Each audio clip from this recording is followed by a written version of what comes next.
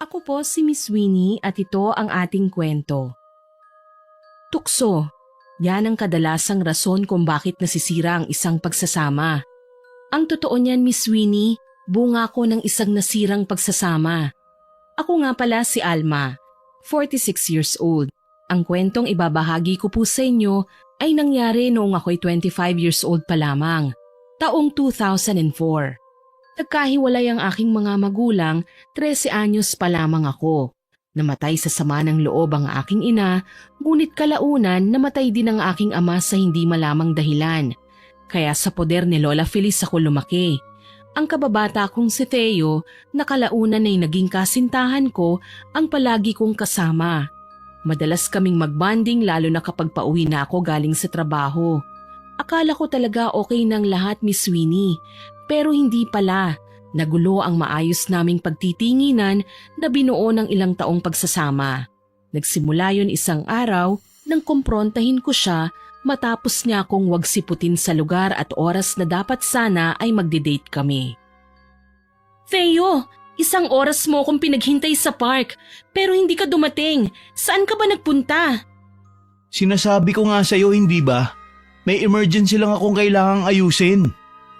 Anong klaseng emergency ba yan? Mas mahalaga pa ba sa akin, ha? Niho, wala ka man lang sinabi. Dapat nga bago pa ako magpunta sa park, tinawagan mo na ako. Emergency nga, di ba? Hindi ka rin makaintindi. Kahit na, dapat ipinaalam mo man lang sa akin para hindi ako mukhang tanga sa kahihintay sa'yo. Bakit galit ka? Ako nga dapat ang nagagalit hindi ikaw.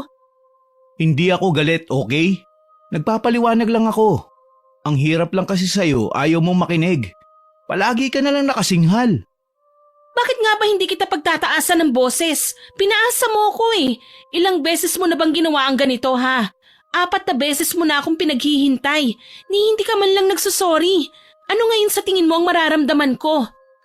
Ibang klase ka rin Sinabi ko nga sa'yo na emergency nga. Pero hindi ka man lang nag-alala. Ginawa mo pa akong masama. Umalis ka na! Walang patutunguhan tong pag-uusap na to.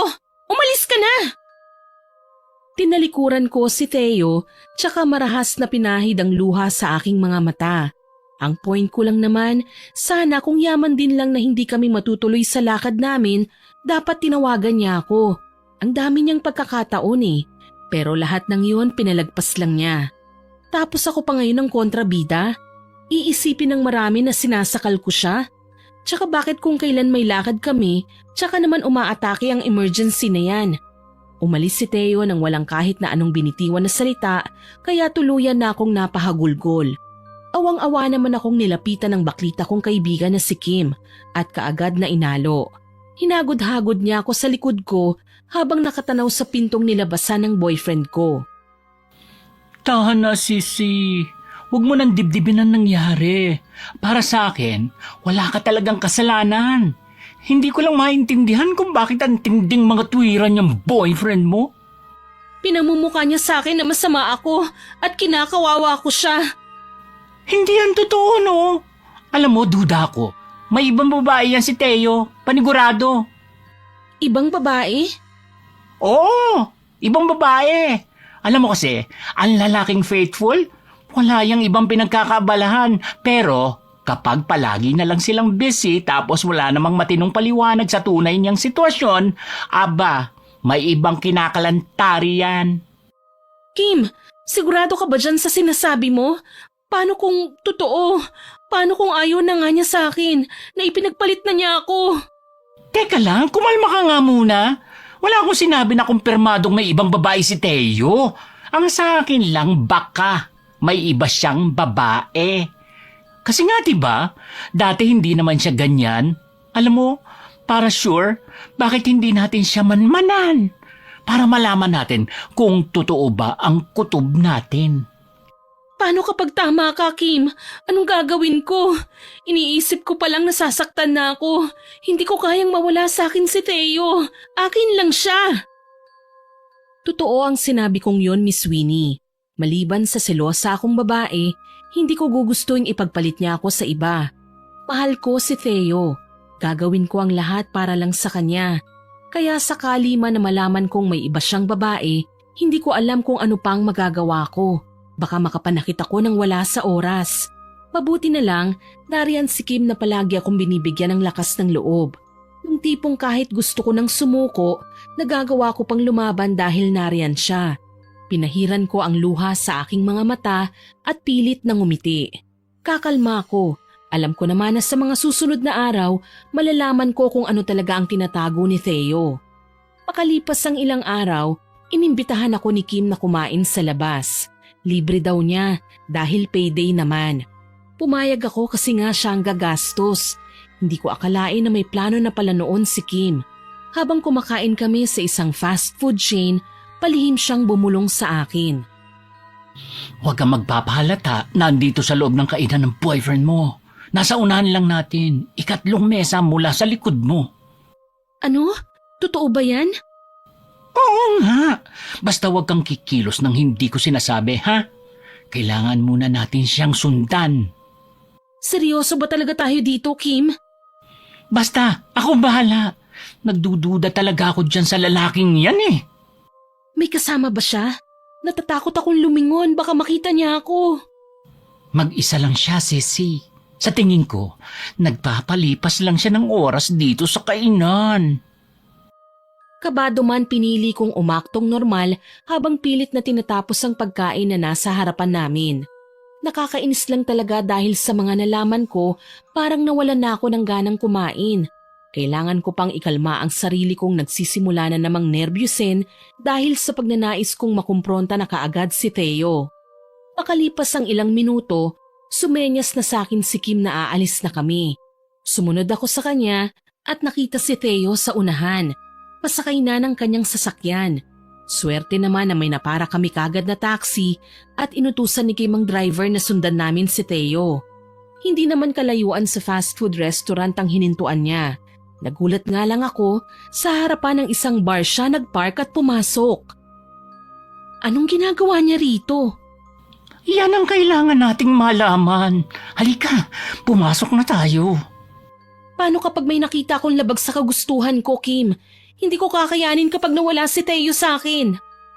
Ay naku, Sisi. Umakto kang walang pakialam sakali man na may makita nga tayo. Bar ito, kaya lahat ng babaeng makikita mo sa loob, mahahalay talagang gumalaw. Ikalma mo lang yung sarili mo, okay? Tatandaan mo, ikaw ang girlfriend at ikaw ang nasa tama. Ewan ko ba, masama talaga ang kutob ko eh. Natahimik kami ng tuluyan nang makapasok ako sa loob. Kaagad na sumalubong ang amoy ng usok ng sigarilyo at alak at ang ingay ng maharot na musika, ang malalanding tawanan at girian ng mga babaeng bayaran kasama ang mayayamang DOM at mga binatang may pera man ay gusto lang makatake advantage sa mga babaeng napipili nila. Medyo nanibago ako sa kikislap-kislap na pulang ilaw kaya napahawak ako sa braso ni Kim. Nasaan na si Theo? Ano, nakita mo na ba? Oo, nakita ko. Papunta sa locker room. Halika, sundan natin. Diyos ko, sana talaga wala tayong makitang anomalya sa pagpunta ni Theo dito. Ang ingay mo, girl. Shh! Mamaya niyan mabuking tayo. Sorry, kabado lang. Pumasok nga kami sa locker room at natigilan ng makarinig ng ungol ng babae. Para bang nawawala sa sarili at animo may kasamang lalaki. Kinabahan ako.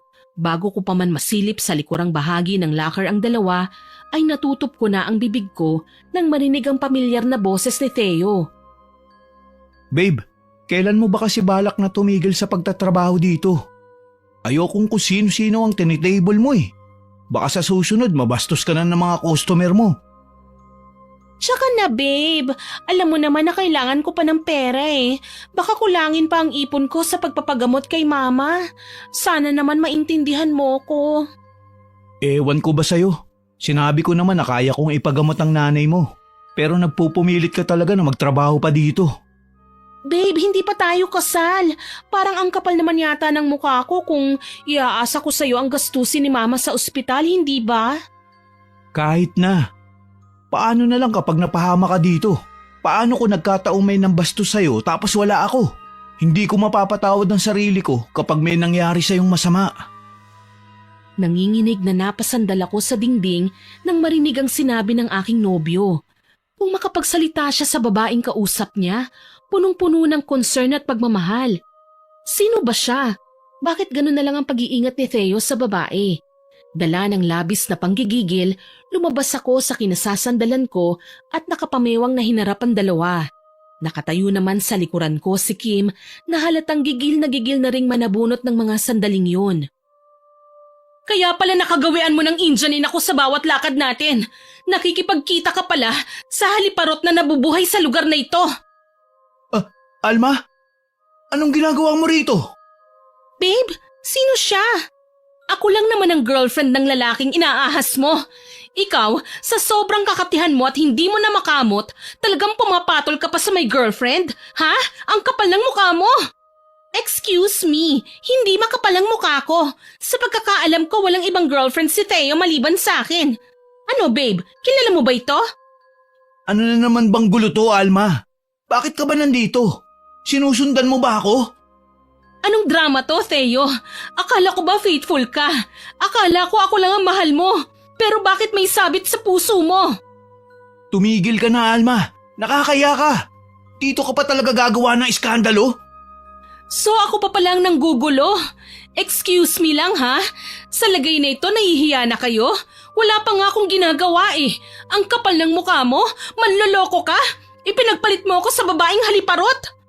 Teka lang, baka akala mo hindi kita naririnig ha? Wala akong pakialam kahit na isigaw ko pa sa pagmumukha mo ang kalandian mo. Animal ka? Dapat sa'yo kinakalbo. Dahil sa labis na galit, hindi na ako nakapagpigil.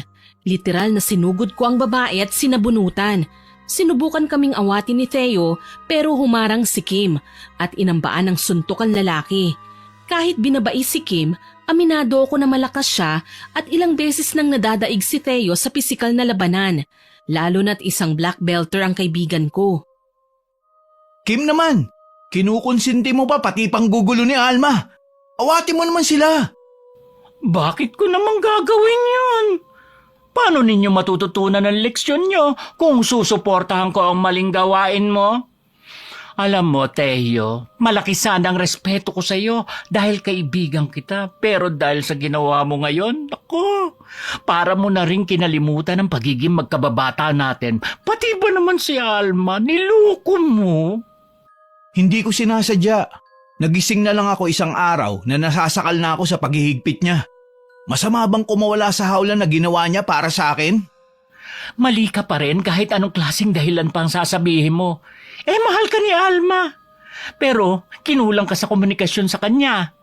Kung tutuusin, walang kasalanan si Alma sa'yo. Ang kapal ng mukha mong sakta ng kaibigan ko. Isang sampal ang ginawad ni Kim kay Theo. Nakita ko yun at muling uminit ang ulo ko. Pinalingan ko si Ella na noon ay bumabangon mula sa pagkakangudgod ng mukha niya sa sahig at tinangka akong lapitan ngunit sinalo ko lang ang buhok niya at marahas ulit na hinila. Ano ba? Bitiwan mo ako! Ano ka, siniswerte? Pagkatapos mong agawin sa akin ang nobyo ko, parang wala kang ginawang kasalanan? Nagmamalinis ka pa? Walang iya kang malandi ka? Sisiguraduhin kong pati ang pinakatatago mo, kakalbuhin ko! Theo! Tulungan mo ako! Tama na, Alma. Please. Wala ka nang magagawa. Mahal ko siya. Si Ella ang gusto kong pakasalan. Yun ang dahilan kung bakit ayoko na makipagkita sa'yo. Hayop ka? Pagkatapos kong ibigay sa iyong lahat, ito pa talagang igaganti mo sa akin? Pasakit? Ha? Sino ka ba ha, Theo? Hindi ka perpekto. Akala mo sa sarili mo ang gwapo-gwapo mo na? Nagawa mo pang mang two-time? Buisit ka? Palibhasa, hindi makontento sa isa kaya kahit puta pinagtitisan. Huwag niyo akong tatawaging puta. Hindi niyo ako kilala. Talaga? Bakit? Gusto mong ako naman na sumabunot sa'yo nang tuluyan ka ng makalbo, babae? Hindi na kayo dapat sumunod dito eh. Gulo lang ang dala nyo. Umalis na nga kayo. Talagang ang tigas ng dugo mo para ipagtabuyan kami? Bakit? Malaki na ba ang pinuhunan mo sa babaeng yan, ha, Theo? Mamili ka. Siya o ako? Sumagot ka. Hindi pa ba malinaw sa'yo, Alma? Ikaw ang pinapaalis ko. Ibig sabihin, hindi ikaw ang pinipili ko. Maghiwalay na tayo. Tila bombang sumabog sa aking pandinig ang sinabing yun ni Theo, Miss Winnie. 10 years, ganun na kami katagal. Hindi ko akalaing masisira lang yun ng ganun kadali. Naitanong ko tuloy sa sarili ko, ano bang kulang sa akin? Bakit kailangan akong ipagpalit ni Theo? Hindi ba ako kamahal-mahal? Ganun na ba kasama ang ugali ko para ayawan ako ng lalaking pinakamamahal ko? Tila nawasak ang mundo ko nang siya na mismo ang pumutol sa gahiblang pag-asa ko na maging parte ng buhay niya. Hindi ko kaya, Miss Winnie. Pero ng mga sandaling yon, naging sandalan ko si Kim. Inalalaya niya ako paalis sa lugar na yon at sinama pa uwi. Pagdating sa bahay, sa balikat niya ako lumuha. Hindi ko matanggap na kung sinong babae lang ang sisira sa relasyon namin ni Theo. Kim, hindi ko kayang mawala si Theo. Bakit kailangan niya akong ipagpalit sa iba? Hindi ko rin alam, Alma. Masakit mang isipin. Pero kailangan mong tanggapin na hanggang doon na lang ang relasyon ninyong dalawa na hindi mo na kailangan maging martir para kaawaan kanya. Huwag kang bababa sa ganoong level, Alma. Anong gusto mong gawin ko, Kim? Hayaan silang magsaya habang naglulugmok sa kalungkutan?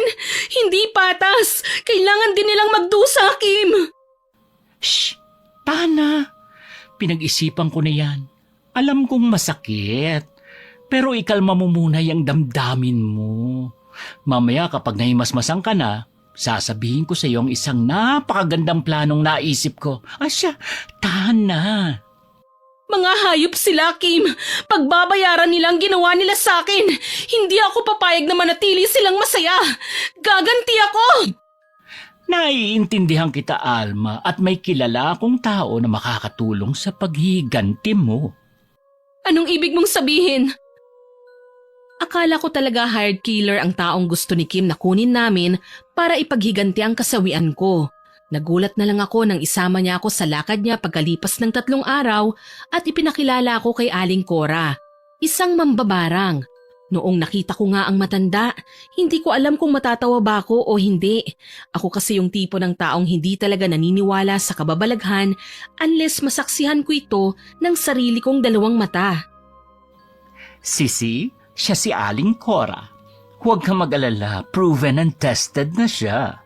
Ilang kakilala ko na nga nagtagumpay sa paghihiganti nila nang lapitan siya eh.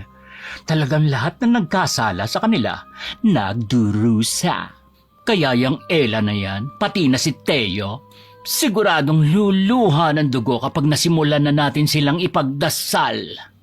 Sigurado ka ba? Barang talaga? O ano bang gusto mo? Yung massacre? Diyos ko, day! Huwag na huwag mo kong uutusang bahiran ng dugo ang mga kamay ko! Hindi ako papatay ng tao gamit ang sarili kong lakas. Kinaklaro ko lang. Alam mo naman na bago lang sa akin ang mga bagay na ito, hindi ba? Tsaka bakit pati si Theo sasaktan natin? Ang gusto ko lang naman, ang babaeng malanding yun ang magsisi sa kasalanang nagawa niya. So, hahayaan mo na lang na abusuhin ka ng Theo na yon, ganun? Aba, lahat ng bagay sa mundo may bayad na. Kaya kung sinaktan ka man ni Theo, pagbabayaran niya din yon. Tama ang kaibigan mo, Ineng. Lahat ng taong nagkasala dapat ginagantihan. Alam mo bang ako man ay biktima rin ng pagtataksil ng mahal ko sa buhay? Pero kahit mahalaga siya sa akin, hindi ko kukonsintihin ang mga bagay na ginawa niya. Aba, nagpapakabait ako. Walang karapatan ng sino man nasaktan ako. Ano po bang gagawin natin, Aling Cora? Buhok. Kailangan ko ng buhok ng mga taong gagantihan natin. Kaya mo bang kunin yon para sa akin? Hindi ko po alam kung... Ako na po ang bahala doon, Aling Cora. Tutulungan ko ang kaibigan ko sa abot ng aking makakaya. Mabuti kung ganon. Nagtawanan sina Aling Cora at Kim na animoy tuwang-tuwa sa kanilang pinag-uusapan. Kinabahan naman ako. Hindi ko naman talaga alam kung magagawa kong ipabarang si Theo. Ngayon pa lang nasasaktan na ako. Gayun pa man, wala akong ginawa na pag-angal. Hanggang sa makauwi na kami ay hindi ko na sinubukan pang pigilan si Kim sa gagawin namin sa mga susunod na araw. Oh, susunduin kita uli kapag pupunta na tayo kay Aling Cora, ha? Sige, ingat ka, Sisi. Ikaw din, tumawag ka sakaling may emergency ha. Teka lang, hindi pa pala ako nakakapagpasalamat sa'yo. Bakit? At para saan? Sa lahat ng ginawa mo para sa akin. Ang bait mo kasi, Sisi eh. Ipinagtanggol mo ko nang wala akong malapitan. Akala ko talaga magtatagal kami ni Theo. Ang sakit lang isipin na minahal ko siya ng sobra, kahit na hindi na niya magagantihan pa ang pagmamahal ko para sa kanya. Kaibigan kita, Sisi. Alam ko kung anong pinagdadaanan mo. Naiintindihan kita. At kung hindi man kayang gantihan ni Theo ang pagmamahal na para sa'yo, hayaan mo na. Naniniwala ako na may lalaking nararapat para sa'yo. Padating pa lang yun. Kagaya ko na umaasang makikita na din ang Prince Charming ko. Kaya wala kang dapat na maramdaman kundi galit. At huwag kang papayag na hindi magantihan ng Theo na yon, no? Mapait na lamang akong ngumiti at kinawayan si Kim tsaka pumasok sa loob ng bahay. Siya naman, umalis na para umuwi na rin sa kanyang tahanan. Hindi ko inaasahan na sa pagpasok ko sa loob, makikita ko si Theo. Alma, nariyan ka na pala. Sabi ni Lola Feliz, umalis ka raw. Kilala naman niya ako kaya pinapasok niya ako rito. May lakas ka pa talaga ng loob na pumunta rito? Pasensya na. Kailangan kasi. Naparito ko para sabihin sa'yo na tapusin na natin ang relasyon natin. Wala nang spark eh. Niloloko mo ba ako? Anong spark? Ano ba tayo sa tingin mo? Kuryente? Pakinggan mo muna kasi ako. Bakit pa? Ginawa mo na nga akong kontrabida sa harap ng Ella na yun eh. Sinira mo ng tiwala ko. Teka lang, anong tiwala? Alma, nandito ko para tapusin ang lahat sa atin. Sana naman matanggap mo na hanggang dito na lang ang relasyon natin. Hindi na kita mahal. Nagdilim ang paningin ko sa narinig kong sinabi ni Theo. Yung pagsugod ko sa kanya may kasama ng sabunot. Galit na hinila ko ang buhok niya kaya nalagas ang ilang hibla nito. Gigil na gigil ko siyang dinuro nang sinubukan niya akong duruin. Marunong ka ng manakit, ha? Anong gusto mo? Matuwa ako sa pagiging lapastangan mo? Taksil ka! Manloloko! Bakit ba ayaw mong tanggapin ang paliwanag ko? Huwag mo na kasing ipilit ang hindi na pwede. Kahit anong gawin naman natin, talagang hindi na tayo magiging okay. Sakal na ako. Bakit ka nasasakal? Ikinulong ba kita? Nirendahan? Gago ka pala eh. Talagang pinili mo pang maruming babaeng yon kesa sa akin? Wala kang karapatang husgahan si Ella. Hindi mo alam kung sino siya at kung ano ang pinagdaanan niya. Kahit kailan, hindi ka makakahigit man lang sa kalingkingan niya. Pinagbabayo ko sa dibdib si Theo, dala ng labis na pagkapuot. Kung kanina parang hindi ko siya kayang saktan, ngayon ay kayang-kaya ko na siyang ipapatay. Walang puwang sa mundo ko ang mga manloloko. Umalis ka na, Theo, at huwag ka nang babalik pa rito kahit kailan. Hindi kita kailangan. Magsama kayo ng haliparot na babaeng pinili mo. Sigaw ko sabay hagulgol ng iyak. Hindi ko matanggap na masisira lang ng ganon ang relasyon namin, pero ano bang magagawa ko? Siya ang naunang nagbahid ng dumi sa malinis na intensyon namin sa isa't isa. Dala ng labis na desperasyon, nagawa kong bumalik sa bahay ni Aling Cora nang nag-iisa ng gabing yun. 3 katok lang ang ginawa ko, pinagbuksan naman niya ako kagad. Isang nakangising muka ng ginang ang tumambad sa akin sa may pintuan. Iha, bumalik ka. Aling Cora? Sabi ko naman sa'yo, Iha, hindi mo dapat kinaaawaan ng mga ganyang lalaki. Walang magandang maidudulot sa'yo ang mga taong kagaya niya.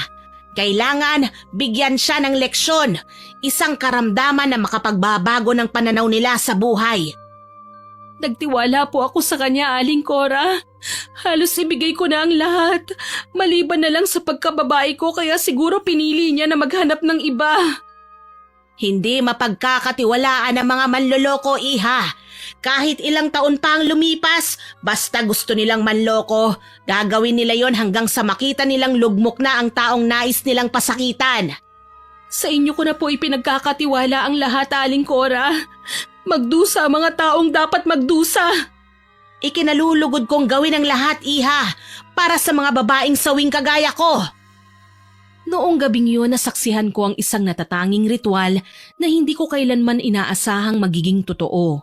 Ibinigay ko sa kanya ang buhok at litrato ni Theo, pati na ang iilang gamit niyang naiwan sa bahay noong minsang nakatulog siya kagaya ng damit na inabot ko sa ginang. Bahala na siya, wala na akong pakialam pa sa kanya. Sa harap ng isang altar, nagdasal at umusal ng orasyon si Aling Cora para sa hinahangad na karamdaman ng mga taong gusto kong makaranas nito. Nakita ko pa nang tila mawala siya sa katinuan. Bumubulong-bulong, nakikipag-away sa sarili na halos hindi na boses niya ang maririnig. Kabado akong natutop ang aking bibig. Tama ba ang ginawa ko? Hindi naman ako masamang tao eh. Pero sa tuwing naaalala ko si Theo at ang paglalambing niya kay Ella, gusto kong magwala. Gusto kong pumatay ng tao. Bakit sa dinami-rami ng pwedeng magloko, si Theo pa talaga? Na may malalim na kaming pinagsamahan? Hindi ko na namalayang nakatulog na ako sa kaaabang kay Aling Cora. Mahinang tilaok ng mga manok ang nagpagising sa akin pagsapit ng umaga. Tahimik ang buong kabahayan, pero animo may mga matang nakatitig sa akin sa kawalan. Bumangon ako at lumabas ng kwarto. Hinanap ko si Aling Cora. Sa bahay na niya ako nakatulog dala ng matinding stress at pagod. Aling Cora? Aling Cora? Shh! Huwag kang maingay, Alma. Madidistorbo natin siya. Nasaan ho ba kayo, Aling Cora? Nandito ako, Alma.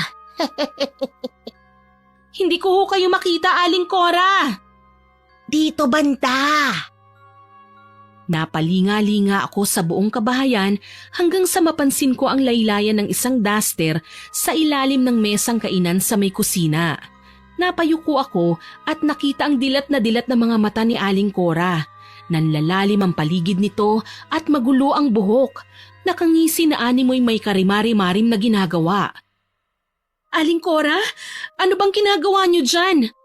Huwag ka nga kasing maingay. Sige ka, kapag nadistorbo natin siya hindi na babalik sa'yo si Theo.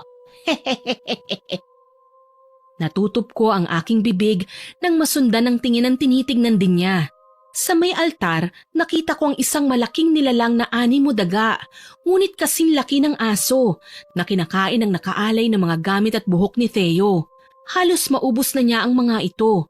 Sumisingasing ang nilalang at halos sabik na sabik pang makakain ng mas marami. Maya-maya pa, hinila ko ni Aling Cora. Pinatago rin niya ako sa mesa. Tuloy, nagsiksikan kaming dalawa sa ilalim nito.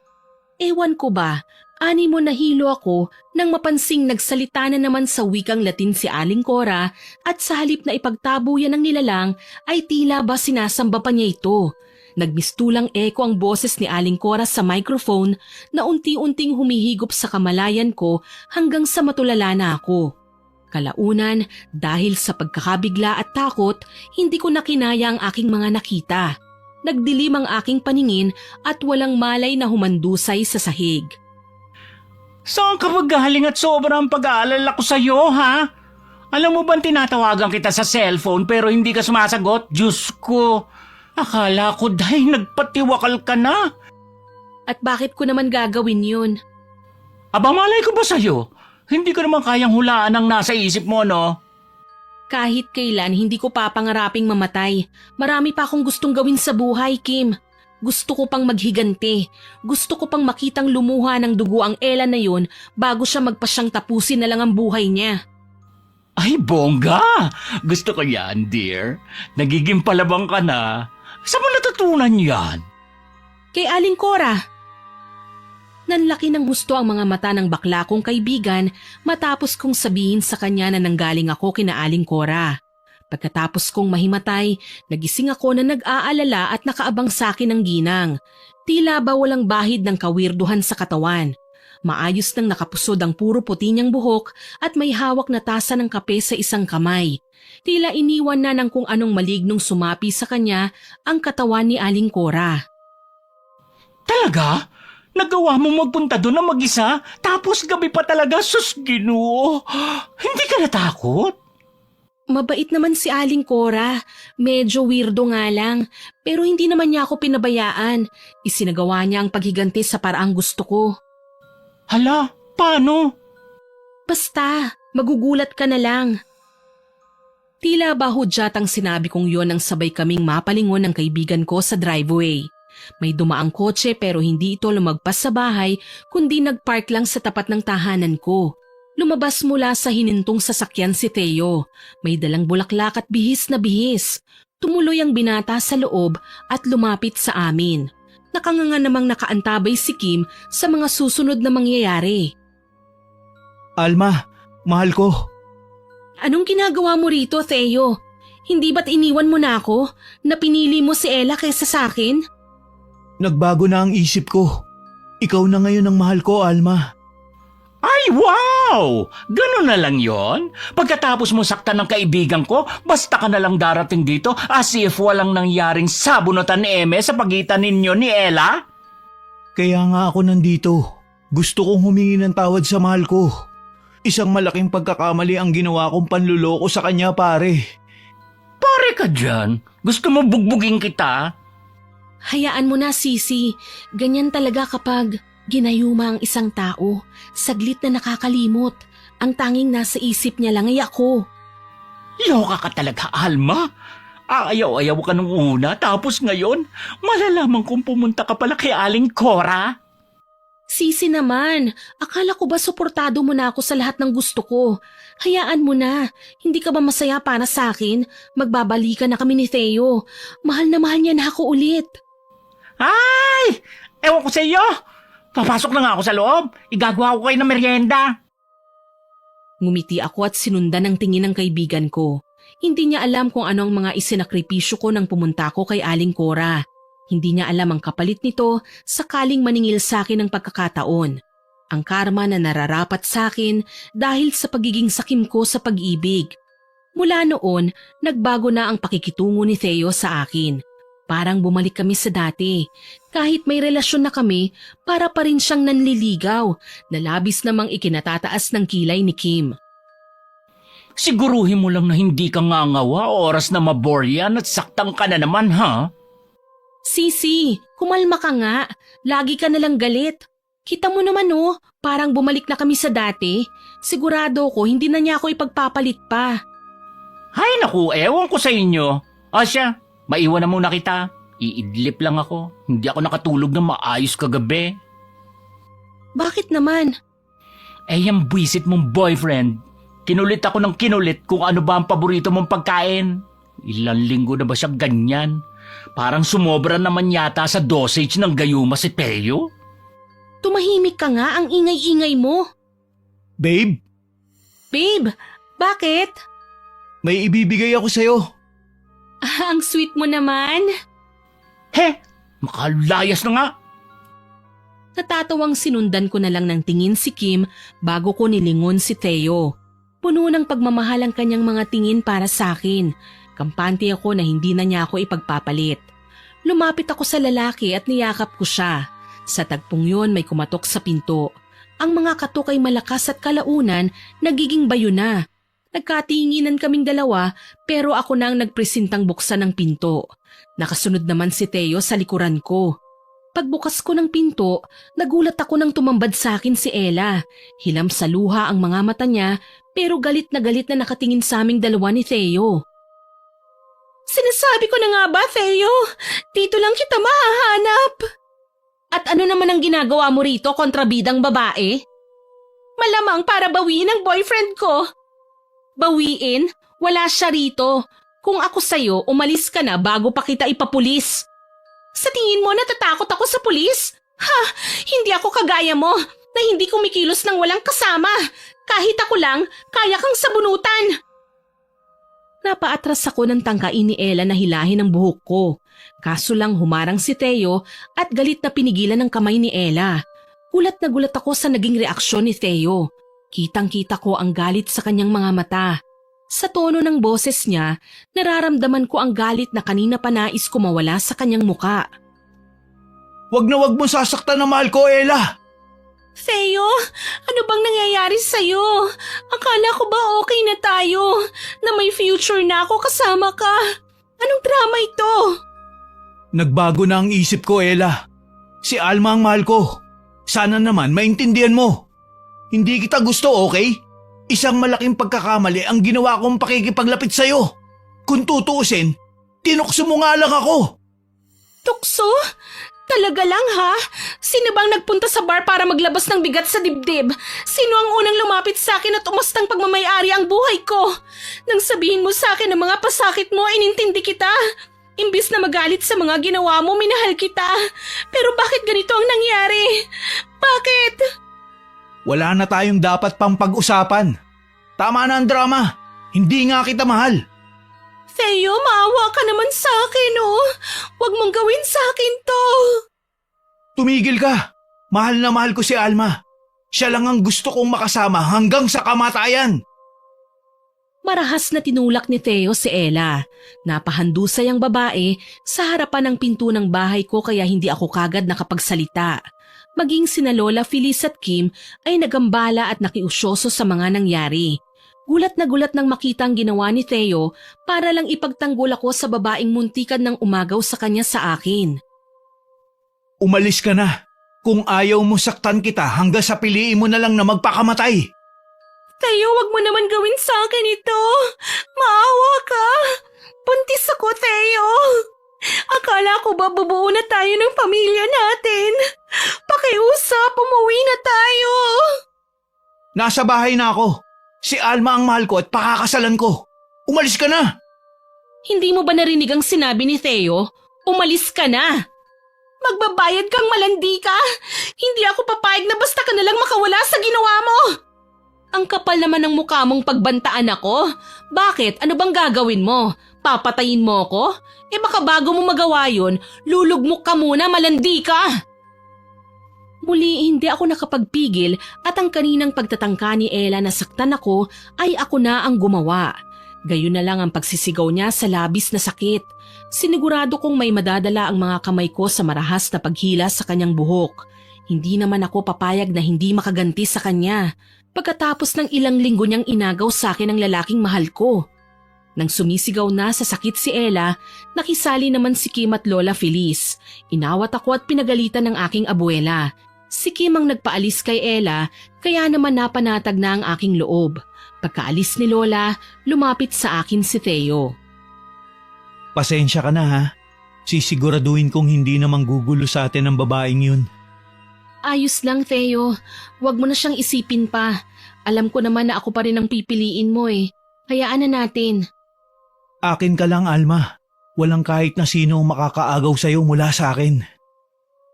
Buong akala ko, nakakakilig ang mga sinabing yun sa akin ni Theo. Naging mabuting bersyon siya ng dati niyang pagkatao. Mas malambing, maingat at mapagmahal. Ayun nga lang, may nadagdag sa ugali niya na dati ay wala naman. Naging seloso si Theo. Masyadong obsessive at possessive sa akin. Ayaw na ayaw niyang makipaglapit ako kahit kanino. Kahit nga kay Kim eh. Si Ella naman, mas naging agresibo sa panggugulo sa akin. Kaya naman nakapagdesisyon akong muli na bumalik kay Aling Cora. Dala ko ang buhok niyang nakuha ko mula sa pagkakasabunot ko kay Ella.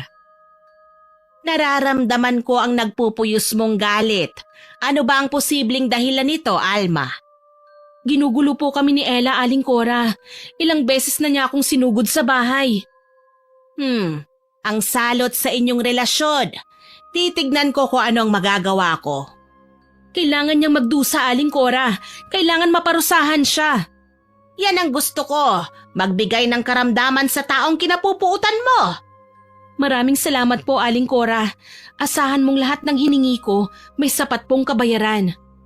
Sa pagkakataong ito, kailangan ko ng puso ng isang itim na baboy na kailangan dinukot gamit ang sarili mong mga kamay para sa pag-aalay. Walang pag-aalinlangang ginawa ko ang pinag-uutos ni Aling Cora. Kaagad akong nagtungo sa isang kakilalang may babuyan at bumili ng katamtamang laking baboy. Gamit ang sarili kong lakas at hawak na punyal, nagawa kong hiwain ang katawan ng baboy. Sinaksak ko ito ng paulit-ulit hanggang sa hindi na magawang manlaban ng baboy. Bumagsak ito sa lupa na kaagad ko namang sinaksak ulit. Sa pagkakataong yun, may kasama ng paghiwa ang ginawa kong pag-atake. Nilaslas ko ang liig pababa sa dibdib. Gamit ang aking mga kamay, dinukot ko ang mainit-init pang puso. Dinala ko yon kay Aling Cora. Iting aso naman ang ginang nang makitang dala ko. Ayan ang gusto ko, sariwang puso. Inaalay ko po ang pusong ito para sa kamatayan ni Ella, Aling Cora. Matutupad ang hiling mo, iha. Mamamatay si Ella. Isang matinis na halakhak ang pinakawalan ni Aling Cora na bumuhay sa aking sistema. Sinimulan niyang iaalay ang puso sa altar. Sinindihan ang itim na kandila sa gilid nito at sinayaw-sayawan. Mas kakilakilabot ang nakita kong tagpo ng mga sandaling yun. Ani mo muling sinapian si Aling Cora. Nagsasalita ng mga wikang banyaga. Kumuha ng kapiraso sa buhok na pagmamayari ni Ella. Muli matapos ang ritual ni Aling Cora ay hinimatay ako. Nang magising ako ay sinusundo na ako ni Kim. Puno ng pag-aalala ang kanyang muka. Kailangan mo na umuwi, Sisi. Inatake sa puso ang lola mo. Natakot na magwala si Teo sa loob ng bahay niyo. Galit na galit ang lalaki nang hindi kanya madatnan sa bahay. Ano? Isinugod ko na sa ospital ang lola mo. Si Teo naman, nakaabang sa labas ng bahay mo. Buti nga nagawa ko pang humingi ng tulong sa mga tanod eh. Anong ginawa ni Theo? Ayun, nag-eskandalo. Ay, halika na. Kailangan mo na umuwi para kumalma na ang lalaking yon. Kapag nagtagal ka pa rito, baka bunutin na niyang isa-isa mga halaman ninyo. Naku, pinagkakaabalahan pa naman niya yun ngayon. Ewan ko nga ba kung anong nangyayari sa kanya, Kim. Basta na lang siya nagkaganyan eh. Hindi naman siya dating mainitin ng ulo. Tsaka hindi siya mahilig sa iskandalo. Ay naku, Sisi. Basta, hayaan mo na. Ang importante, makauwi ka ngayon sa inyo. Nagmamadali nga kaming umuwi ng kaibigan ko sa bahay. Nadatnan namin si Theo na parang wala sa sarili. Halos ubusin niya sa kakapitas ng dahon ng mga halaman namin. Dahil sa kanyang ginawa, kabadong tinawag ko ang pangalan niya at pinigilan. Theo, ano bang ginagawa mo? Alma, ikaw na ba yan? Bakit ngayon ka lang umuwi? Saan ka ba nagpunta? Hindi ba't sinabi ko sa'yo na huwag ka nang basta aalis nang hindi ako kasama? Nag-alala ako sa'yo. May importante lang akong nilakad, Theo. Hindi mo naman kailangan mag-alala sa akin eh. Yung nilakad mo, ano ba yan? Tao ba ang pinuntahan mo, ha? Ano? Anong ibig mong sabihin? Siguro lalaki ang pinuntahan mo, no? Lalaki ba yan? Ano, may relasyon na ba kayo? Ayaw mo na sa akin? Teka, ano ba yung pinagsasasabi mo? Theo, may mahalaga akong pinuntahan, pero hindi ibig sabihin nun nanlalaki na ako. Wala ka bang tiwala sa akin? Ano ba naman yung binibintang mo? Akin ka lang, Alma. Walang sino man ang hahawak sa'yo o magmamahal na iba. Aminado ko, natakot ako ng mga sandaling yon. Nagbago kasi bigla ang reaksyon ni Theo. Bigla na lang siyang naging bayolente at nanininghal. Parang hindi na siya ang kaharap ko. Parang ibang tao na. Napilitan akong pumasok sa bahay dala ng kahihiyan.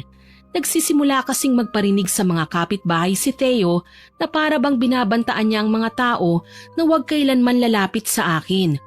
Hindi ako kagad nakapagsalita sa kanyang sinabi. Basta hinila ko na lang siya papasok para makaiwas kami sa tiyak na sakuna. Sakali mang may sumagot kay Theo at labanan ng pagwawala niya, lalo na't may mangilan-ngilan pa namang loko-loko sa amin. Lumipas ang ilang araw, mas lalong lumala ang kalagayan ni Theo. Hindi na siya umuwi sa bahay niya. Palagi na lang siyang nakabantay sa akin.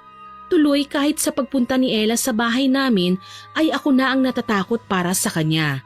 Noong huling punta niya kasi, binigwasan siya ni Theo at umuwing duguan ang muka. Buti na nga lang talaga napigilan ko si Theo na habulin ng babae. Maging si Kim, hindi na nagugustuhan ang mga ginagawa ng lalaki.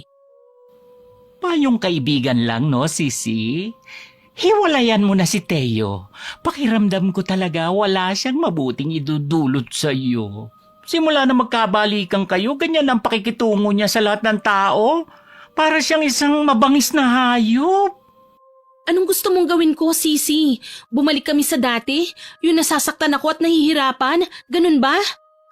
Wala tayong ibang choice kaysa naman lumala pa siya. Hindi ko kaya, Kim. Malaki na ang isinakripisyo ko para magkasama lang kami. Pakiusap naman hayaan mo na lang siya. Kung nagsiselos man si Teo, di fine. Hindi ako lalapit sa kahit na sino. Iiwas na lang ako sa mga tao. Gagawin ko ang lahat, mabuo lang ang tiwala niya sa akin. Ewan ko sa'yo. Gusto kong isipin na nababaliw ka na sa kanya. Kita mo naman ang mga pinagagawa niya. Hindi na tama. Alam ko may kinalaman si Aling Cora sa mga kakaibang kinikilos ni Teo. Utang na loob. Bago pa may mangyaring masama, ibalik mo na siya sa dati. Hindi ako papayag. Mananatiling sa akin lang ang pagmamahal ni Teo. Ako lang ang babaeng makakasama niya hanggang kamatayan.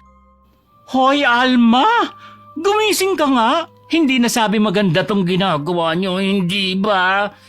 Ano? Gusto mo bang ako pa mismo ang gumawa ng paraan para bumalik si Teo sa dati? Yan ang wag na wag mong gagawin.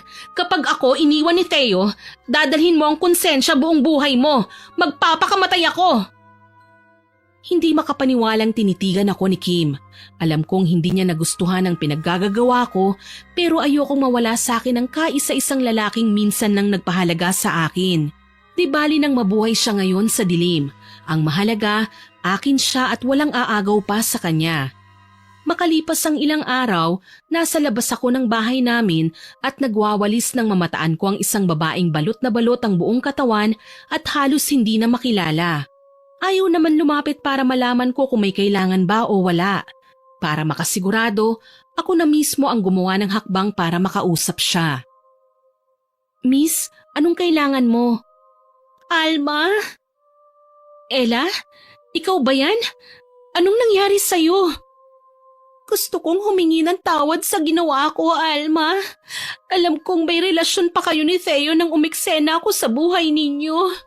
Nanggaling ako sa hirap at nang makita ko ang ganda ng buhay na posibleng ibigay sa akin ni Theo, nasilaw ako.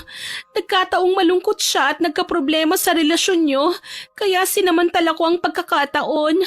Umasta akong anghel na nakahandang tugunan at pakinggan ang lahat ng hinaing niya. Hindi ko alam na mabilis palang mahulog sa akin si Theo.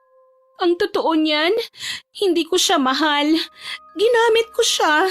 Kailangan ko lang na magpanggap para maisagawa kaagad ang kasal. May ipinapagamot akong nanay at siya lang ang makakatulong sa akin eh. Sana mapatawad mo ako, Alma. Bakit ka pa humihingi sa akin ng tawad? Hindi mo alam ang sakit na nadarama ko nang malaman kong baliwala na ako sa kaisa-isang taong pinag-alayan ko ng lahat. Narito nga ako para bumawi eh. At para makiusap sa'yo na itigil mo na ang ginagawa niyong ritual para magkasakit ako. Itigil mo na ang pambabarang. Papanong nagpatingin ako sa isang albularyo, Alma? Gagaling lang ako ng lubusan kung lalapit ako sa'yo at magpapakumbaba. Kaya parang awa mo na. Tanggalin mo na ang karamdaman kong ito. Napaiyak ako ng tuluyan dahil sa kanyang pagmamakaawa. Hindi ako literal na masama, Miss Winnie. Nagawa ko lang naman ang mga bagay na ito dahil binulag ako ng galit. Pero ngayong nakikita ko si Ella, lalo na nang tanggalin niya ang balot sa kanyang katawan, naawa ako at halos masuka. Nagnanaknak ang balat niya sa dami ng uka at sugat. May nanana ang mga yun at nanlaladkit na. Halos magkagulo pa nga ang mga langaw nang tila magunahan sila sa pagdapo sa bawat nakabukang sugat. Natutup ko ang aking bibig. Ganito ba kalupit ang dapat kong parusa kay Ella?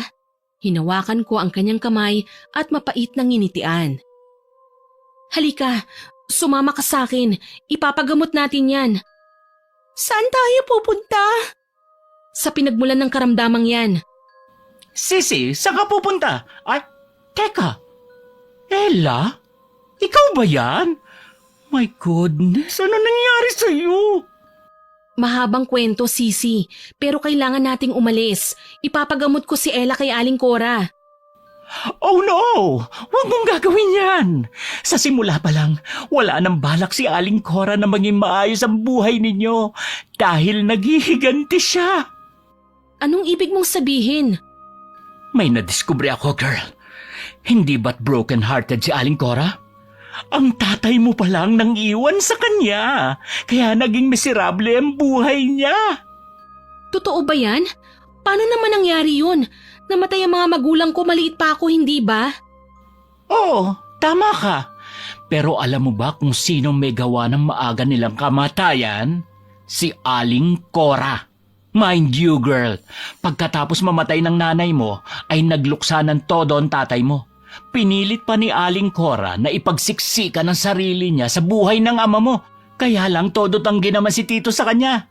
Dahil sa galit, binarang ng ginang ang tatay mo kaya siya namatay. Nalilito ako. Paano mo nalaman ang lahat ng ito? Ano pa nga ba, di kinuwento ng lola mo? Ngayon ko nga lang nalaman kaya todo takbo ko para maabutan ka eh. Tapos yung ginawa niya kay Teo, hindi talaga gayuma, kundi barang. Kinokontrol niya paunti-unti ang isipan ni Teo para mapasunod ka sa talagang gusto niya. Balak niyang saktan ka. Napaiyak ako sa aking mga nalaman. Hindi ko alam na ganito pala magbiro ang pagkakataon, na may mga taong mas pinahahalagahan pa ang sariling kaligayahan kesa sa ibang tao. Napahiya ako nang may mapagtanto ako. Wala rin pala akong pinagkaiba kay Aling Cora. Nagpabulag ako ng galit kaya naman marami akong nasaktan. Dahil sa aking ginawa, pinahiran ko ang luha sa aking mga mata. Sisi, sabihin mo sa akin, ano bang kailangan kong gawin? Kaya nga ako nandito para madaling ka nang umalis at magpunta sa albularyo. Kailangan mo ipatanggal sa manggagamot ang barang na nilagay ni Aling Cora sa nobyo mo. Pati ba si Ella gagaling din? Oo naman, may posibilidad. Kaya nga umalis na tayo. Nakita ko pa naman si Teo papunta dito. May dalang itak. Anong gagawin niya? Malamang makikipagpatayan na siya kapag may nagtangkang lumapit kay Alma. Diyos ko, kasalanan ko to eh. Ako ang may kagagawa ng lahat ng ito. Mamaya ka na magdrama, babae. Umalis na tayo! Patakbo na kaming tatlo sa pintuan nang mapansin kong kumalabog ang pinto. May bumabayo nun sa labas. Animo galit at hindi na magpapapigil. Alma! Nasaan ka? Nasa loob ka ba? Buksan mo tong pinto! Mahal kita, Alma! Hala, anong nangyari kay Teo? Bakit nalalalim na ang paligid ng mga mata niya? Para siyang walang tulog. Baka pagtatagpasin niya tayo. May backdoor ba kayo? Baka pwede tayong dumaan doon. Sumunod kayo sa akin. Hindi tayo pwedeng mamatay dito. Alma! Kahit hindi ka magpakita, mahahanap kita! Lumabas ka na dyan kung ayaw mo saktan ko ang mga kasama mo sa loob! Sige na, mauna na kayo. Ako nang bahala rito. Gaga ka ba? Ano, papatay mo talaga ang sarili mo? Hindi ako papayag. Hindi pwede. Maawa kayo. Tumakas na tayo. Mamaya na kayo magtalo. Doon tayo sa may kusina. Naroon ang backdoor. Nagtakbuhan kaming tatlo papunta sa likod bahay. Kabado man pero napilitan akong damputin ng martilyo na nasa paanan ko lang. Maging sina Ella at Kim ay minuestrahan kong maghanap ng pwedeng pananggala sa mga magtatangka sa buhay nila. Mabilisan naman kaming nagtatakbo palayo sa bahay. Mabuti na lang talaga hindi kami naabutan pa ni Theo. Nakapara rin kasi kami kagad ng taxi bago pa man siya makatunog na nakalabas na pala kami. Sa isang kamalig sa likod ng ospital kami dinala ni Kim. May albularyong nakatira doon at pinatuloy kami sa loob. Salamat, nakalayo din tayo. Tama ka, pero hindi pa tayo dapat na magdiwang. Kailangan pa kitang ipagamot, Ella. Dito lang kayo at sisilipin ko sa labas kung may nakasunod ba. Ay, Diyos ko, kung alam ko lang na magiging maligno ang boyfriend mo, Alma. Sana hindi ko na siya hinayaan makipagbalikan sa'yo. Tutal naman, nagloko na siya. Hindi niya deserve ang babaeng kagaya mo. Ako naman ang punot dulo nito eh. Kung hindi ko nilapitan si Theo, hindi siya magpapatukso. Hindi kami magkakaroon ng relasyon. Sana matibay pa rin ang pagsasama niyo. Isa lang naman akong hamak na bayarang babae eh. Huwag mong sabihin yan, Ella. Ano man ang pinagdaanan mo, nangyari yon bilang pagpapaalala ng mga tao lang tayo na may kailangan tayong haraping pagsubok. Huwag na huwag mong isiping mababa ka o marumi dahil lang sa trabahong meron ka. Oo, pinapatawad na kita. Pero sana, patawarin mo rin ako. Hindi naman ako nagtanim ng galit sa iyo eh. Huwag na kayong umiyak. Nandito na ang albularyo. Pumuwesto kaming tatlo sa espasyong pabilog na may nakasinding mga kandila. May mga kung ano-anong halamang gamot ang nakapalibot doon, mga mutya at langis na nakasabit. Sa misita, nakapatong ang mga papel na may nakasulat na orasyon. Sa tingin ko ay pangontra sa barang at pag-atake ng kung ano-anong elemento. Sa pangunguna ni Kim, minuestrahan kami ng albularyo na gawin ng mga ritual. Pumikit tayo at ipagdasal natin ang gagawin nating orasyon. Natatakot ako, Sisi. Huwag kang matakot, Alma. Alam ko kung anong nararamdaman mo. Naiintindihan kita. Sana din, lakasan mo ang loob mo. Hindi man tayo malapit sa isa't isa, Alma. Asahan mong nandito lang din ako sa tabi mo.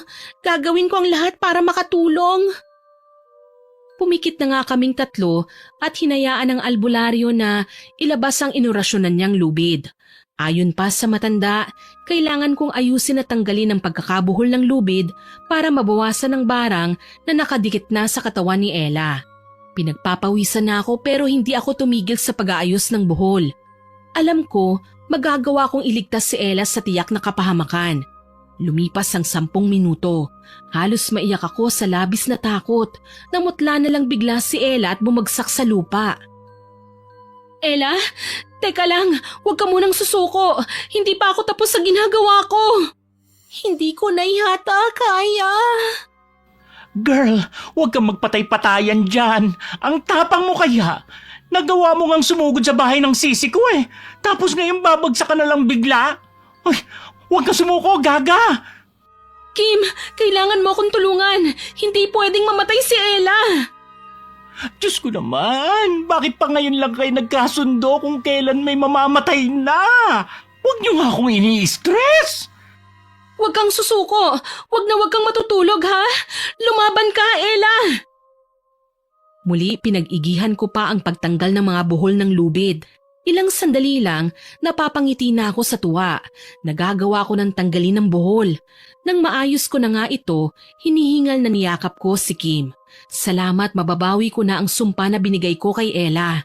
Pinagtulungan naming buhati ni Kim ang babae. Ginamot siya ng albularyo. Sinigurado na walang sugat na malalampasan at tinapalan ng mga dahong magpapatuyo sa mga sugat. Ay, salamat. Nabawasan na kahit papaano ang problema natin. Oo nga eh. Alam mo, Sisi, ang gaan ng pakiramdam ko ngayong nagkapatawaran na kami ni Ella. Nalulungkot lang ako sa kinasapitan ng relasyon namin ni Theo. Huwag kang mag-alala, Sisi. Magiging okay din ang lahat. Magtiwala ka lang.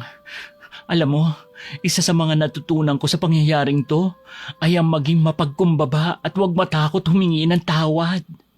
Tama ka, Sisi. Nung una naging makasarili ako. Nasaktan kasi ako eh. Alam mo naman kung gaano ko kamahal si Theo. Hindi ko matatanggap na may iba siyang minamahal. Nabigla ako, nagtampo. Alam mo naman yung pakiramdam ng niloko, hindi ba? Walang kasing sakit. Alam mo kasi, Sisi, nagbabago ang emosyon natin. Habang tumatagal ang sariwang galit, hinanakit, kumukupas din. Hindi porket galit ka at nasaktan o ninais na gumanti, ay masama ka ng tao. Normal lang sa atin yun. Pero alam mo, bilib ako sa iyo. Nagawa mong iligtas ang buhay ni Ella. Doon pa lang, mataas na ang tingin ko sa iyo. Napaiyak ako sa mga sinabi sa akin ni Kim. Hindi niya ako hinusgahan kahit nagkamali ako. Bagkus, pinigyan pa niya ako ng pag-asa. Tinuruan niya akong magbago. Pinagpahinga kami ng albularyo at sinabing bukas na namin ipagpatuloy ang ritual at ang pagbabasa ng orasyon. 2 tao pa ang kailangan naming ayusin, kaya kailangan naming magpalakas. Pagsapit ng umaga, nadatnan ko si Ella sa kusina. Matamlay man ay alam kong papagaling na siya. Kita ko sa mukha niya ang pagod, nangiti naman ang itinugon ko sa kanya. Kumusta ka na? Okay lang ako. Maraming salamat sa ginawa mo, ha? Alam mo, Alma, nahihiya ako sa'yo. Naging masama akong tao eh. Huwag mong sabihin yan. Alam mong masama rin ang ginawa ko sa'yo. Biktima lang naman tayo ng mga pangyayari. Sa ngayon, binibigyan tayo ng pagkakataon na mabago pang mga pagkakamaling yun. Tama si Alma, Ella. Kaya kung ako sa'yo, simulan mo nang ayusin ang buhay mo. Hindi ba sa bar ka nagtatrabaho? Pwede kang lumipat at magsimula sa malinis na paraan. Pasensya na. Yun lang kasi ang pinakamabilis na trabahong mapapasukan ko eh. Hindi naman ako nakapag-aral. Wala akong sapat na papeles para sa pag-a-apply. Lalong hindi rin ako makakakuha ng valid ID. Lalo na kung wala rin naman akong naunang valid ID. Yun lang ba? Huwag mo nang problemahin yon. Hahanapan kita na mapapasukan. Tama si Kim Ella. Para igalang ka ng mga tao, dapat una mong igalang ang sarili mo. Nagkasala na nga ako ang bait niyo pa rin sa akin. Wala yun. Ang isipin mo, binigyan pa tayo ni Lord ng ikalawang pagkakataon para sa mga pagkakamali natin. Huwag natin sayangin yun. Nagngitian kaming tatlo. Alam ko na dahil sa naging deklarasyon namin, magiging okay din ang lahat kahit papaano. Nang makausap namin ulit ang albularyo, ipinaliwanag niyang kailangan kong makipagkita kina Theo.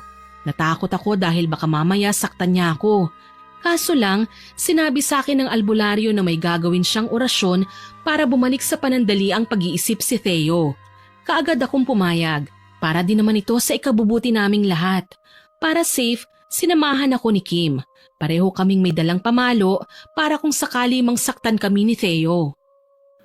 Sigurado ka ba na hindi siya aalis dito sa bahay ninyo? Oo, sigurado ko. Sa galit ni Theo at panggigigil niya, malakas ang kutob ko na nagtatago siya dito sa loob ng bahay. Hinihintay niya ang pagdating ko. Mag-iingat ka.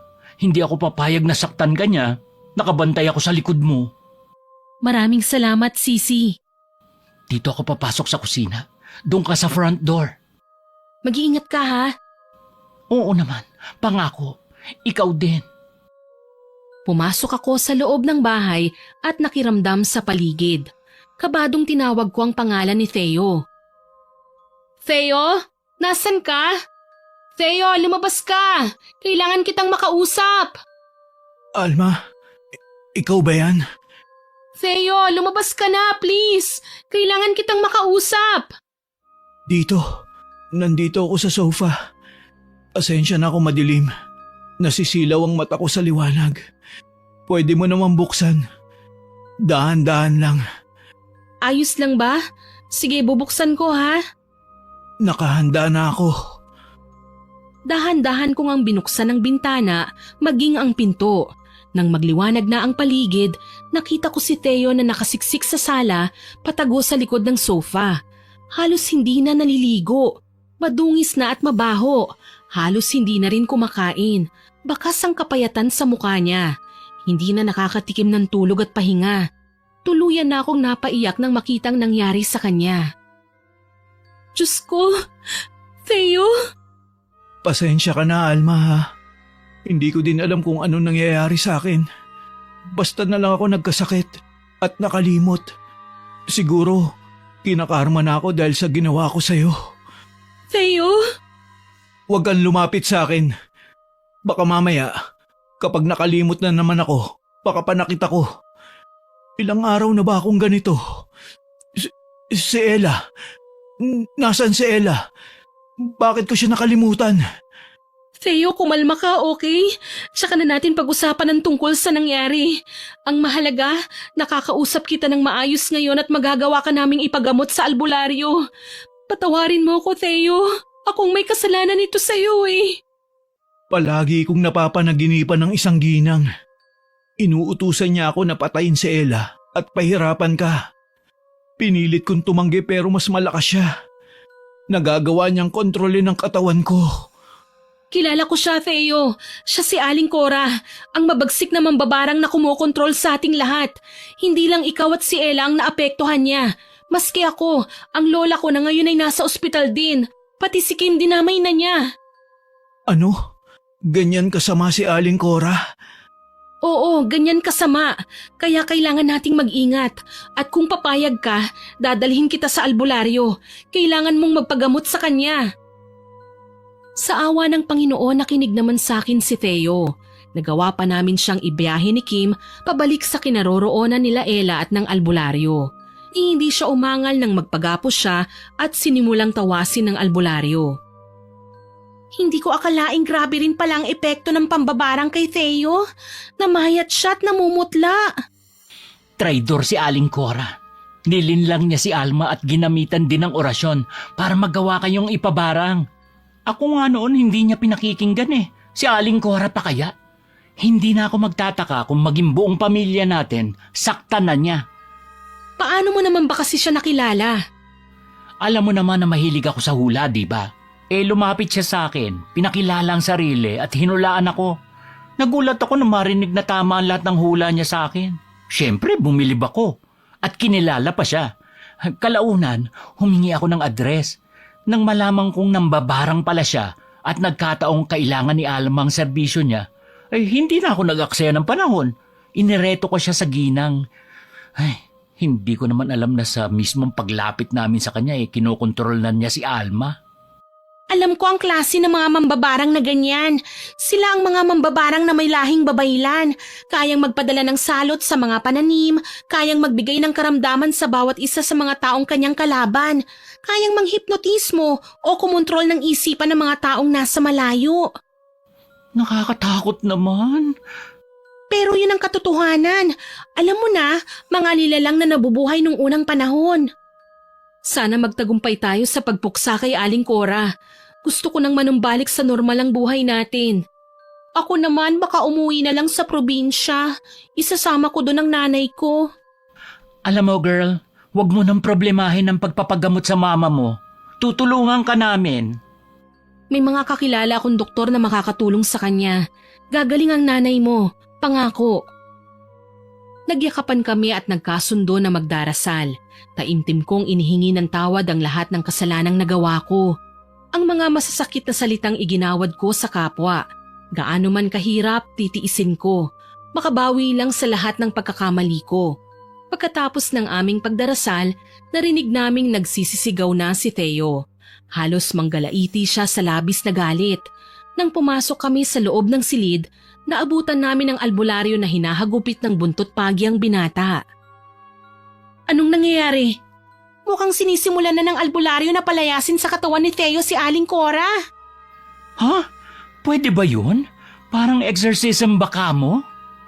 Oo, ginagawa yan sa mga taong kumukontrol ng elemento, mga multo at mambabarang. May mga nasaksihan na akong ganyan dati, kagaya ng nangyayari kina Aling Cora. Sana naman umalis na nga si Aling Cora sa katawan ni Theo. Nakahanda na akong masaktan ulit. Wala na akong balak na agawin pa si Theo at ipagsiksikan ng sarili ko sa kanya. Alma, wag mo munang isipin ang hindi pa nangyayari. Saka nyo na pag-usapan yan. Pakinggan na muna natin ang mga sinasabi ni Theo. Malay natin, may mahalaga siyang sasabihin na makakatulong para mas mapadali ang pagpuksa natin sa kanya. Lumingon kami sa kinaroroonan nila Theo. Pulang-pula na ang mukha niya sa panlalaban. Ibang-iba na ang boses niya.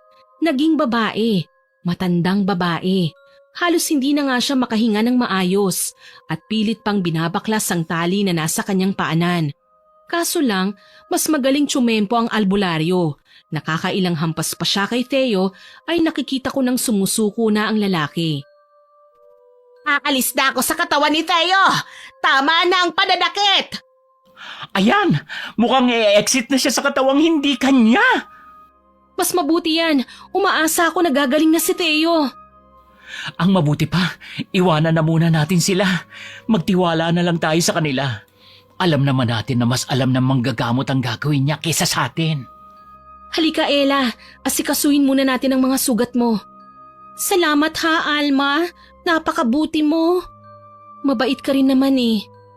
Ay, magseselos na ako niyan. Mamaya magiging magsisi na kayo. Maitsipwera na ako ha. Hindi naman. Ikaw ang pinaka-the best kong kaibigan. Kaya wag mong isipin na kakalimutan kita. Tsaka ang ganda mo, Kim. Kahit na hindi ka babae, pero daig mo pa nga kami. Hindi naman, no? Hayaan nyo. Matapos na lang ang problema natin ngayon, paggagandahin ko kayo. Ilang minuto pa ang paghihintay namin hanggang sa lumabas na ang albularyo na gumamot kay Theo. Aniya, tuluyan nang umalis sa katawan ng lalaki si Aling Cora. Hindi na niya magagawang saktan o kontrolin pang muli ang lalaki dahil binigyan din siya ng pangontra. Sa ngayon, iniinda ni Aling Cora ang sakit ng panlalatigo kaya nagkaroon ako ng pagkakataon na tumakas sandali sa bahay ng albularyo para puntahan naman ang mambabarang. Pagdating ko sa bahay niya, sa may pinto pa lang ay naririnig ko na ang atungal niya. Ang nasasaktang ungol na mahirap ng kalimutan. Ano, Aling Cora? Masakit ba? Ha? Traidor ka! Ginamit mo ko! Ginawa ko lang naman ang tama. Niloko ko ng tatay mo. Alam kong kasalanan ni tatay na niloko ka niya. Pero bakit ako? Bakit ang mga kaibigan ko? Talagang sagad sa buto ang kasamaan niyo. Bakit? Kung sinabi ko ba ang katotohanan, papayag ka pang ipabarang sa akin ang manluloko mong kasintahan? Hindi! Huwag mo na nga akong utuin. Siguro nga hindi ako ang binarang mo. Pero ako naman ang pinahirapan mo eh. Ako ang binigyan mo ng problema. Binigyan mo ako ng kalbaryo na mahihirapan kong ayusin. Ako ang sinaktan nun. Tinulungan kita ngayon, pero ako pa rin ang masama. Mali ang mga taong ginantihan mo. Matagal nang patay ang tatay ko. Galit kong wika sa kanya, sabay lapit tsaka sapilitang kinuhanan ng buhok. Nakita kong kababakasan ng takot ang kanyang muka. Anong gagawin mo? Tingin ko kasi hindi pa sapat ang sakit na dinadanas mo. Mukhang kailangan kitang ipabarang sa mas magaling pa sa'yo. Wag mong gagawin yan. Pangako, hindi ko na kayo gagambalain pa. Ang gusto ko mawala ka na sa bayan namin. Wala akong pakialam kahit nasan ka pa magpunta. Ang mahalaga hindi na kita makita pa. Oras na mapansin kitang pakalat-kalat sa kahit saang bahagi ng bayang ito, alam mo na kung ano ang mangyayari sa'yo. Oo, aalis na ako. Pangako, hindi na ako mananakit pa. Hindi ko na kayo pakikialaman pa. Basta lubayan niyo lang ako. Madali naman akong kausap eh. Ano? Sige na, layas na. Nagkumahog sa pagtakbo si Aling Cora na hindi na nga inaksaya pang kunin ang kanyang mga gamit. Basta na lang siyang umalis at hindi na nagpaalam sa akin. Nakangiti naman akong sumunod sa kanya palabas ng bahay niya. Alam ko magiging tahimik na ang buhay namin. Kaya naman nang makabalik ako sa bahay ng albularyo, masaya kong ipinaalam sa kanila na malaya na kami. Wala na si Aling Cora. Umalis na siya at hindi na babalik pa. Talaga? Totoo ba yan?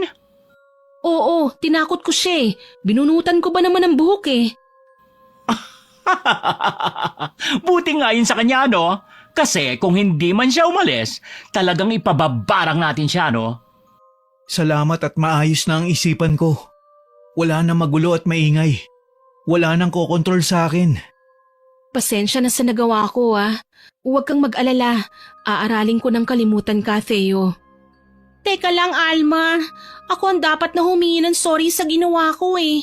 Naging manggagamit ako. Theo, hindi naman kita mahal eh. Nadala lang din ako ng tukso.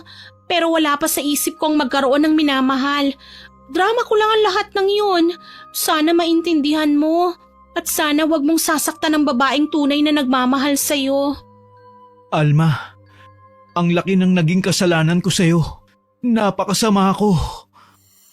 Hindi ka masama, Theo. Pareho lang tayong nagkamali. Nagkatinginan kami ni Theo. Ewan ko ba, napaiyak na lang ako bigla nang lumapit sa akin at niyakap din niya ako. Alam ko naman na minsan, nagkakamali talaga ang mga tao. Depende na lang sa amin yun kung paano namin aayusin ang gusot na ginawa namin.